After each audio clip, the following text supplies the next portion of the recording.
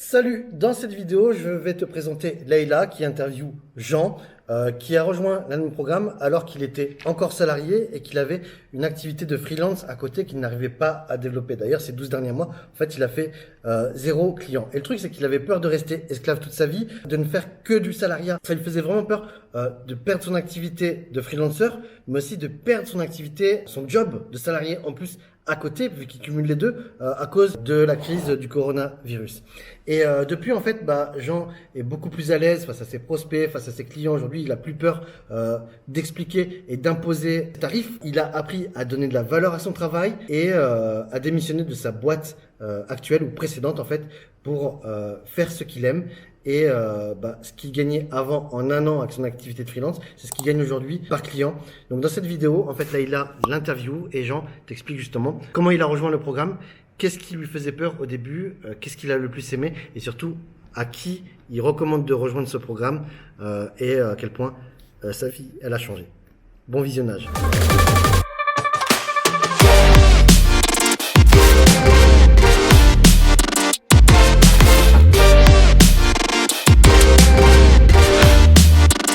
Bonjour Jean, je suis Leïla de la société growthhacking.expert. Vous allez bien?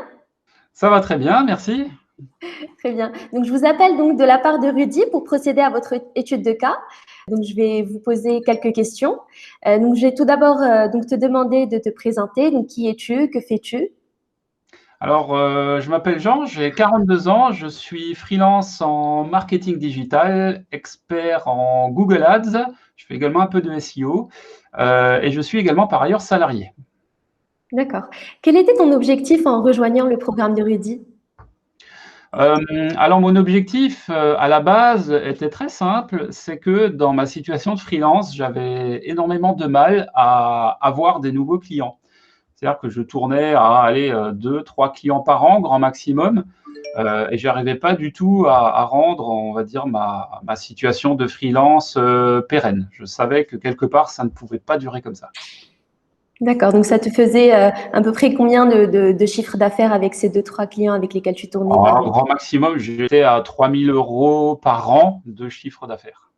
D'accord. Et d'où est-ce que tu partais? Quelle était ta situation au moment où tu as rejoint le programme? C'était à quel niveau? Alors, c'était l'année passée, donc double casquette, freelance d'un côté, salarié de l'autre. Donc, comme je l'ai dit, en tant que freelance, j'avais énormément de mal d'une part, à attirer des nouveaux clients et tout simplement à arriver à me vendre. C'est-à-dire que je n'étais pas du tout à l'aise face à eux et je perdais un petit peu quelque part mes moyens.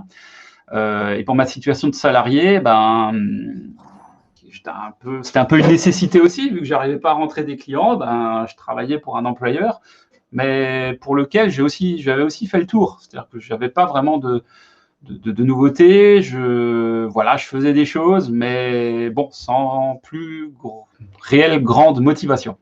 D'accord. Et donc, quelle était ta situation professionnelle à ce moment-là? J'étais un peu entre deux eaux, hein. Comme dit, en tant que freelance, je ne crois même pas avoir rentré un seul client en 2020. Donc voilà, je pars de loin. Et en tant que salarié, j'étais en télétravail depuis un petit moment. Et puis franchement, bosser de chez moi, c'était carrément pas possible, quoi. Pas avec le boulot que je faisais pour mon employeur. Il y avait une certaine forme de lassitude qui s'était installée. L'impression également très nette de se sentir isolé parce que l'employeur ne prenait pas plus de nouvelles que ça de moi. Donc voilà. Ok. Et donc, quels étaient justement les problèmes que tu cherchais à résoudre en rejoignant le programme? Alors, les principaux problèmes que je voulais résoudre, d'une part, c'était arriver tout simplement à trouver plus de clients, mais aussi à être plus à l'aise face à eux. Parce qu'encore une fois, même si je rencontrais des gens qui avaient des besoins, des problématiques à résoudre, je me retrouvais face à eux sans vraiment trop savoir comment me vendre et comment vendre ma prestation. Et ça, je le dis pour l'oral, mais aussi pour l'écrit. C'est-à-dire que quand les gens allaient sur mon site web, j'ai déjà eu comme retour et on me disait « Ah, je ne sais pas du tout ce que vous faites ». C'est-à-dire que j'avais un discours qui était trop généraliste. Je n'osais pas dire précisément de quelle manière je travaille et quels étaient mes livrables. Voilà. D'accord. Et donc, qu'est-ce que tu avais essayé à ce moment-là qui n'avait pas fonctionné? Oula, plein de choses. Alors j'ai essayé des mini-formations qu'on peut trouver à droite à gauche sur Internet, genre des formations à 30 balles, pour mettre des mini-leviers d'action en place. Bon, hormis de la perte de temps et d'un peu d'argent, ça n'a pas mené à grand-chose. J'ai essayé la vente de services sur des plateformes. Bon, ça a rapporté quelques euros, mais enfin bon, c'est pas ça qui fait vivre la famille. J'ai essayé la vente d'articles sponsorisés. Bon, ça c'est plus du SEO, mais ça n'a pas trop marché non plus. J'ai essayé l'affiliation à Amazon, ça j'ai jamais réussi à faire une seule vente. Voilà, plein de petits trucs comme ça qui au final n'ont mené à rien et qui m'ont fait perdre surtout du temps, ouais. Et de l'argent. Et un peu d'argent, ouais. Et pourquoi ça n'avait pas marché selon toi? Je pense que la principale raison, c'est que je n'avais pas de visibilité très globale. J'avais un peu l'impression de m'attendre à un miracle quelque part, qu'un jour il y a une technique qui fonctionne, comme on a souvent l'impression en regardant certaines vidéos sur YouTube, de se dire ah tiens, il suffit de faire ça pour gagner 1 000 €, ok, bah, je vais le faire. Eh ben non, ça marche pas. Très clairement, ça ne marche pas. Je n'avais pas du tout cette vision d'ensemble et globale.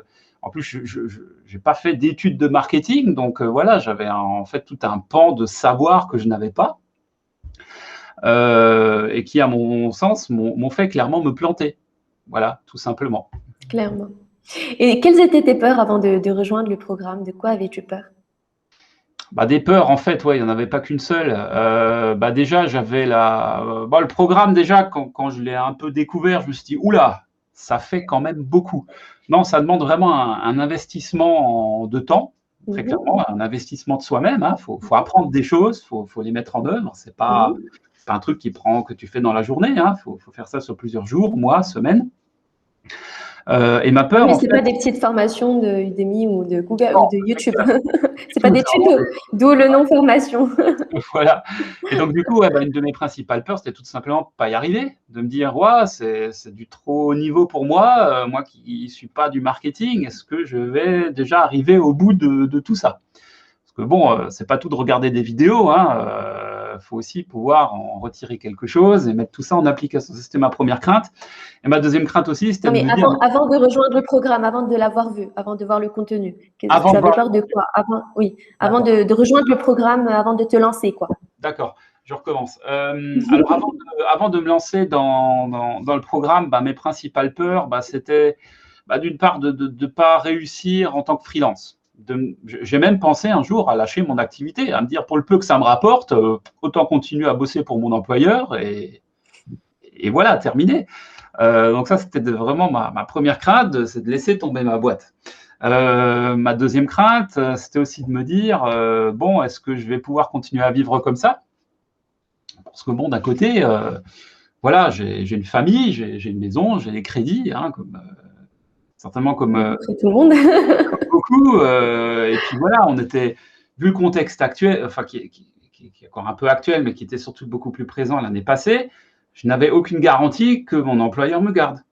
Donc ça me pendait aussi au nez de me dire, est-ce que je vais continuer à travailler? Est-ce que je vais continuer à toucher mon salaire? Ou est-ce que je vais me retrouver sans le sou du jour au lendemain?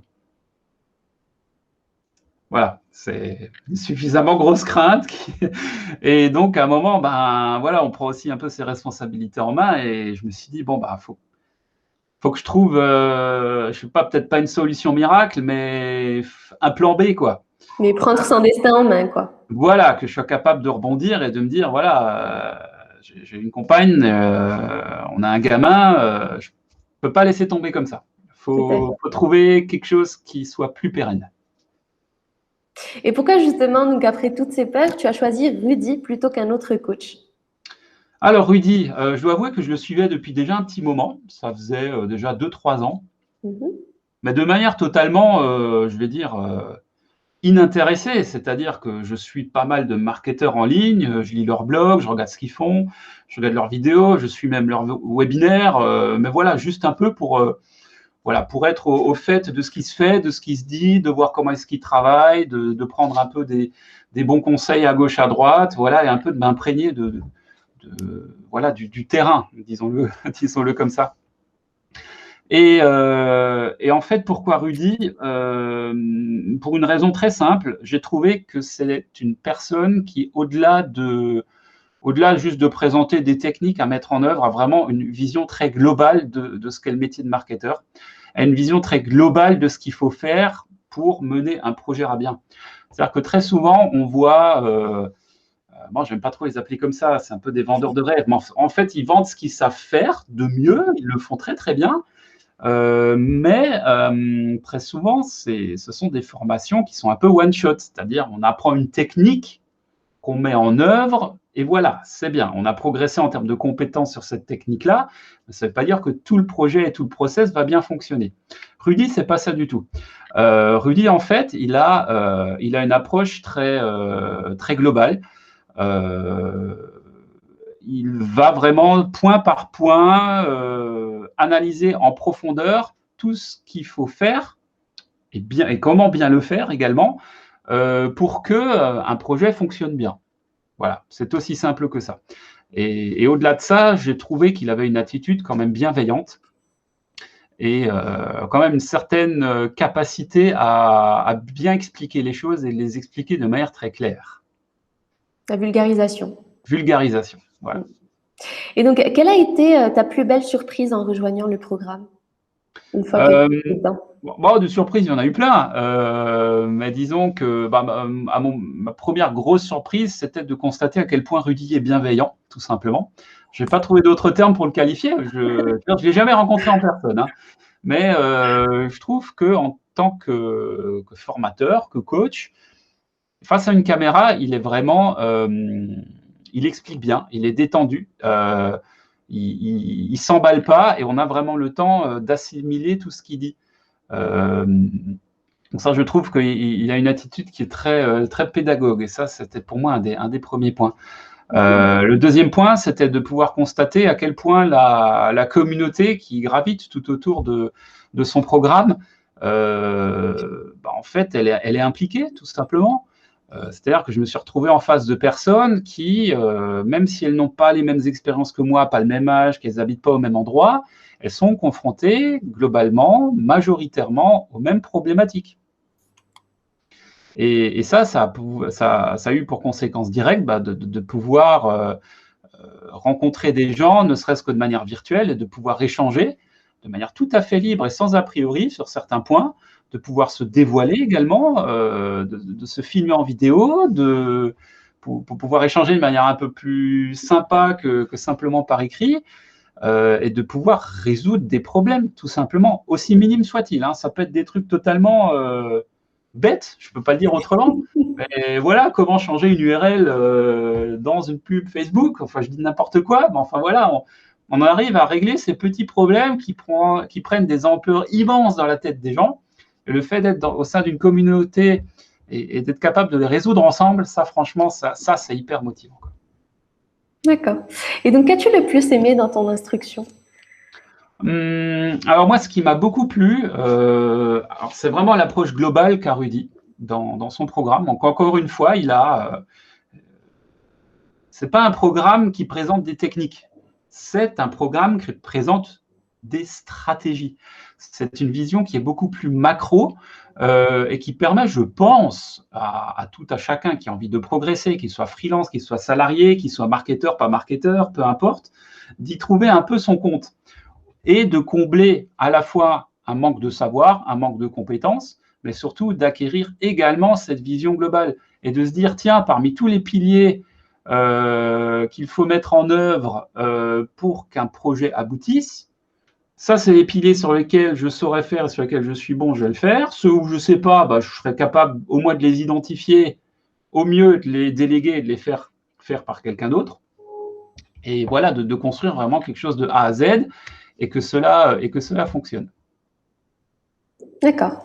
Et donc, quels sont les résultats que tu as pu obtenir depuis que tu as rejoint le programme? Mes résultats, ils sont, je peux en citer 3 à peu près, 3 je dirais. Le premier, c'est déjà en tant que freelance, tout simplement, ça a été d'être beaucoup plus à l'aise face à mes prospects et à mes clients.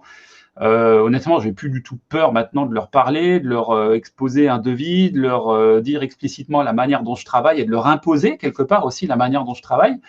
Voilà, les chiffres, en fait, ça me fait plus vraiment peur. Quelque part, j'arrive maintenant à donner de la valeur à mon travail et à le faire reconnaître, cette valeur-là, à dire, voilà, je passe du temps pour vous faire ça, si c'est de la prestation de service, voilà le temps que ça me prendra, voilà le prix que je vous propose, vous êtes d'accord, tant mieux, vous n'êtes pas d'accord, on en discute, et si au final vous n'êtes pas d'accord du tout et que, bah, tant pis, c'est pas dramatique, ça aura fait on se sera rencontrés, mais voilà, j'ai plus peur en fait de dire ça aux gens. D'accord. Aucunement. Donc ça, c'est vraiment ma première réussite la plus immédiate, si je puis dire. C'est des changements sur ta personne, sur ta façon de… Absolument. Je suis beaucoup plus à l'aise, même au téléphone, rencontrer des gens. Enfin voilà, avant le networking, c'était pas du tout mon truc. Là maintenant, honnêtement, ça me pose plus vraiment de problème. Ma deuxième réussite, bah, c'est que j'ai démissionné de mon travail en tant que salarié. Alors non pas pour être 100% freelance, mais pour être engagé par un autre employeur, qui est une agence web. Et là, pour moi, c'est vraiment génial parce que parfois on entend aussi que dire ouais, allez, faut pas travailler pour quelqu'un, vaut mieux être indépendant. Moi, je dis que non. Pour moi, c'est également une grosse forme de reconnaissance pour la simple et bonne raison que c'est un employeur qui va me payer pour ce que je sais faire, pour ce que j'aime faire, et pour la chose ou les éléments dans lesquels je suis bon, voire très bon, si ce n'est excellent. Donc là, j'ai réuni les trois clés de mon succès personnel. Je veux dire, voilà, je vais être dans un environnement dans lequel je vais être à l'aise, je vais faire des choses qui me plaisent, qui me passionnent au quotidien, pour lequel on va me demander mon avis. Voilà, chose qui n'était pas du tout le cas auparavant. Donc ça, pour moi, c'est vraiment c'est jackpot, quoi. Ça, c'est top. Eh ben, tant mieux. Et donc, le troisième résultat? Oui, troisième résultat, bon, c'est plus on va dire un projet qui est en train de se construire. Donc là, en fait, je suis en train de monter une formation complète et vraiment premium dédiée au Google Ads pour le coup. Parce que voilà, au fur et à mesure de mon avancée, je me suis rendu compte que sur le marché francophone, il y avait vraiment un vrai manque dans ce domaine-là. On trouve des formations, mais les formations sont très souvent incomplètes. Donc moi, j'ai décidé de lancer sur le marché francophone mondial, n'ayons pas peur des mots, la plus grosse formation Google Ads qui soit. Voilà, c'est aussi simple que ça. Donc je suis en train de la construire. On te souhaite beaucoup de succès. Merci beaucoup. Je suis sûre que tu vas y arriver. Après la formation que tu as suivie, tu ne peux que cartonner. Merci beaucoup. Donc voilà, ça c'est mon troisième. J'espère. D'accord. Et en termes de résultats chiffrés, qu'est-ce que ça donne depuis que tu as rejoint le programme? En termes de résultats chiffrés, là très clairement, j'ai rentré un client en début d'année qui m'a fait un client que j'ai facturé 3 750 €. Voilà, donc en gros, le chiffre d'affaires que je faisais à l'année avant 2020, maintenant, je suis capable de le faire sur un client. Donc maintenant, ça commence à décoller tout doucement. J'espère pouvoir les enchaîner encore 4, 5, 6, 10 dans l'année. Honnêtement, peu importe le nombre, tant qu'ils sont satisfaits. Mais voilà, comme je l'ai dit, j'ai plus peur des chiffres. En termes de… Voilà, ça ne peut que augmenter. D'accord, c'est génial. À qui tu recommanderais de rejoindre le programme de Rudy? Moi, je dirais que c'est un programme qui est ouvert, alors quel que soit le profil des gens, qu'ils soient freelance, salariés, marketeurs, chargés de projets digitaux, peu importe, mais je dirais qu'ils doivent avoir une seule et même qualité, c'est d'être actif et proactif, qu'ils ne soient pas du tout attentistes. Ça, pour moi, c'est l'anti-persona. Pourquoi? Parce que c'est un programme dans lequel il faut vraiment se donner à fond et il faut se donner les moyens, il faut se donner du temps. Et il faut vraiment avoir envie de faire bouger les choses dans sa vie, ne pas avoir peur d'être bousculé non plus. Donc voilà, c'est pour moi vraiment la qualité première à avoir, c'est ça, être actif et proactif, ne pas avoir peur d'essayer de nouvelles choses et ne pas avoir peur de se planter, très clairement. D'accord. Et donc, qu'est-ce que tu dirais à quelqu'un qui veut rejoindre le programme et qui hésite encore? Qu'est-ce que je dirais? Je lui dirais, écoute, si tu hésites à rejoindre le programme, qu'est-ce qui te fait hésiter? Tu as envie de changer quelque chose dans ta vie. Si tu as entendu parler du programme, c'est qu'il t'a été recommandé. Maintenant, le choix, il est là entre tes mains. Soit tu décides de rien faire et OK, tu continues à vivre ta vie et on n'en parle plus. Ou soit tu te dis, OK, c'est peut-être le moment de vouloir changer quelque chose, de mettre les mains dans le cambouis, de passer à l'action et de dire, OK, maintenant je me donne toutes les chances je mets toutes les chances de mon côté, j'y vais et dans 6 mois, 1 an, mon objectif est le suivant, je souhaite l'atteindre, alors let's go. Faut y aller, quoi. Faut y aller, faut pas hésiter. Si tu pouvais te parler à ton ancien toi, donc avant de rejoindre le programme, avec tout ce que tu sais maintenant et tout ce que tu as pu expérimenter tout au long de ta formation et de ton truc sur Udemy, qu'est-ce que tu te dirais justement au moment où tu avais hésité à rejoindre le programme? Pourquoi j'ai mis autant de temps à hésiter? Pourquoi je ne l'ai pas fait plus tôt? Pour faire en sorte de ne plus justement avoir peur. Oui. Non, pas pourquoi, mais qu'est-ce que enfin, si tu pouvais parler à ton ancien toi, donc au moment où tu voulais rejoindre le programme mais que tu avais peur, tu te dirais quoi? Justement pour… Qu'est-ce que je me dirais? Bonne question. Je me dirais, tu as bien fait de rejoindre le programme. Non, je me dirais, tu vois, tu y es arrivé. Tu y es arrivé. Je pense, à l'impossible, nul n'est tenu. Je pense que j'ai pas été assez claire par rapport à la question.